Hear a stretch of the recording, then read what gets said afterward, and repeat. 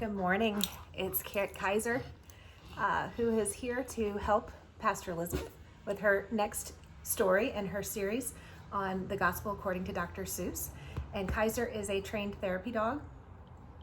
One of the things that he's trained to do is go to libraries or schools or whatnot and read to kids, or the kids read to him. And what's really cool about therapy dogs and reading is children find much self-confidence and self-assurance when they are reading with a canine or a pet or a therapy dog, because they don't judge. So if I say the wrong word or if I slip on these words, Kaiser is not going to care. He's going to think that it's just a great story. And so that's one of the ways that our therapy dogs work as reading dogs. And so if you have an opportunity, hopefully when all of this quarantine and coronavirus is over, get to a library and have your kids read to a dog.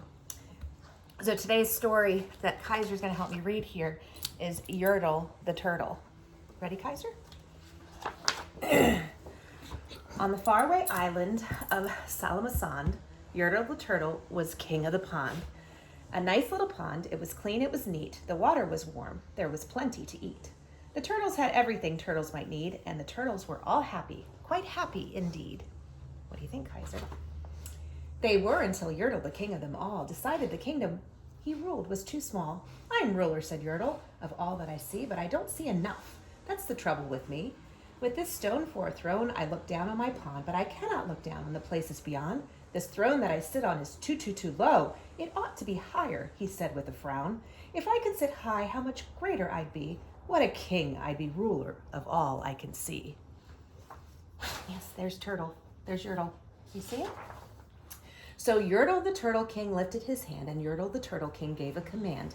He ordered 9 turtles to swim to his stone, and using these turtles, he built a new throne. He made each turtle stand on another one's back, and he piled them all up in the 9 turtle stack. And then Yertle climbed up. He sat down on the pile. What a wonderful view. He could see most a mile. All mine, Yertle cried. Oh, the things I now rule. I am king of a cow. I'm king of a mule. I'm king of a house. And what's more beyond that, I'm king of the blueberry bush and a cat. I'm Yertle the turtle. Oh, marvelous me, for I am the ruler of all that I see. Are you the ruler of all that I see? That's what your name believes. And all through that morning, he sat there up high, saying over and over, a great king am I. Until long about noon, then he heard a faint sigh. What is that? Snapped the king, and he looked down the stack. And he saw at the bottom a turtle named Mac, just a part of his throne, and this plain little turtle looked up and he said, Beg your pardon, King Yertle. Pains in my back and my shoulders and my knees. How long must we stand here? Your Majesty, please. Right? Silence, the king of the turtles barked back. I'm king, and you're the only a turtle named Mac.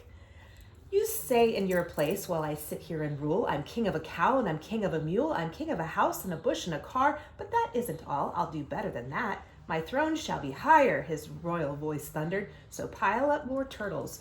I want about 200. Turtles, more turtles, he bellowed and brayed, and the turtles way down in the pond were afraid. They trembled, they shook, but they came, they obeyed. From all over the pond they came swimming by dozens, whole families of turtles with uncles and cousins, and all of them stepped up on the head of poor Mac. One after another, they climbed up the stack. There's no birds out there for you. Stay. Then Yertle the turtle was perched up so high he could see 40 miles from his throne in the sky. Hooray, shouted Yertle, I'm king of the trees, I'm king of the birds, and I'm king of the bees. I'm king of the butterflies, king of the air. Ah me, what a throne, what a wonderful chair. I'm Yertle the turtle, oh marvelous me, for I am the ruler of all that I see.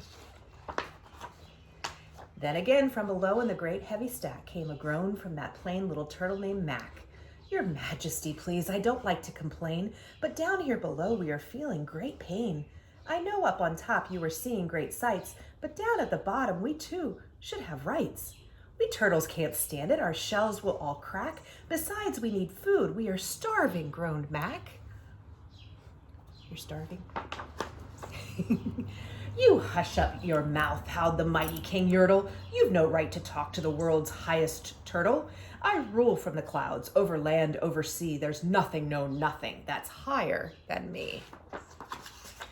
But while he was shouting, he saw with a surprise that the moon of the evening was starting to rise up over his head in the darkening skies. "What's that?" snorted Yertle. "Say, what is that thing that dares to be higher than Yertle the king? I shall not allow it. I go higher still. I'll build my throne higher. I can and I will. I'll call some more turtles. I'll stack them to heaven. I need about 5,607. But as Yertle the king lifted his hand and started to order and give the command, that plain little turtle below on the stack, that plain little turtle whose name was just Mac, decided he'd taken enough, and he had, and that plain little lad got a little bit mad, and that plain little Mac did a plain little thing. He burped, and his burp shook the throne of the king. You burp too, don't you? Yeah, sometimes. And Yertle the turtle, the king of the trees, the king of the air and the birds and the bees, the king of the house and the cow and a mule, well, that was the end of Turtle King's rule. For Yertle the king of all Salamasand fell off his high throne and fell plunk in the pond. Come here. And today the great Yertle, that marvelous he, is king of the mud. That's all he can see. And the turtles, of course, all the turtles are free, as turtles may and maybe all creatures should be.